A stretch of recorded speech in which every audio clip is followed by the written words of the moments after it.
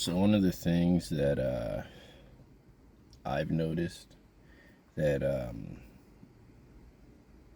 I wouldn't say it dictates my mood, but it dictates a lot of how I feel 90% of the time. Um, Even when I get a room, you know, that thought of like, where am I going to sleep?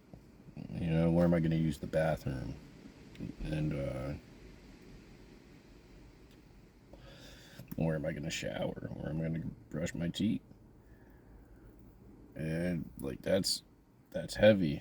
It's heavy because like you realize that people don't view homeless people as humans anymore. Like we're viewed as a nuisance. Honestly, like there have been times I've been told by multiple people, a lot of people, that like, oh, you don't look like a homeless guy. You don't smell like a homeless guy. I'm like, there's a lot of people are homeless. Like a lot of homeless people have jobs. A lot of us just can't get into housing. A lot of us can only afford to live in a hotel.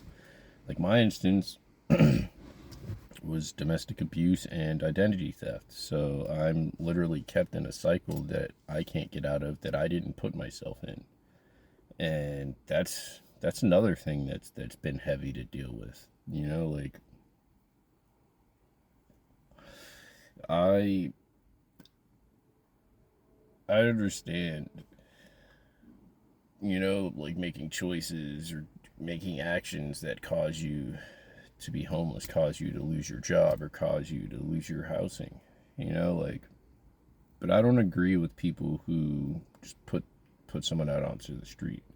Like, unless that person is insane and like you cannot live with that person,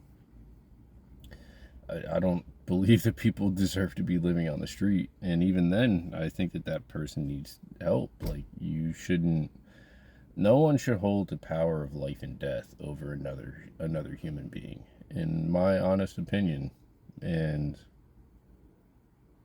a lot of people get hung up on that power.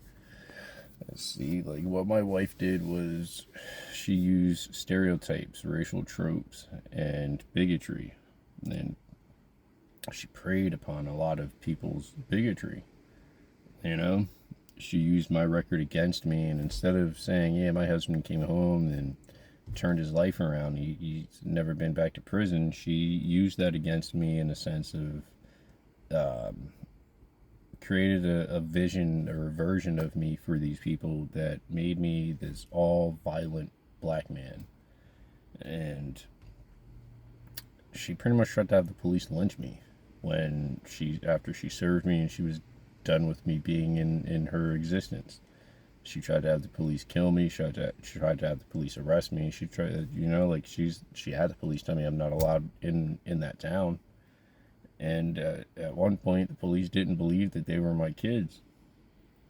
And that's another heavy thing I've had to like deal with and come to terms with over the past 3 years. Like, like I went from being a married man, a husband, a father, to within a split second being nothing, and then being treated as if I deserve to not even be alive. And I remember in the beginning when I first kept going to the house to go pick up and see my kids, and I would call keep the peace, and like all these officers were all hostile towards me. And then one of them finally was like, "Why do you keep coming?" I was like, "What do you mean? They're my kids." And he laughed and said, "Yeah, sure."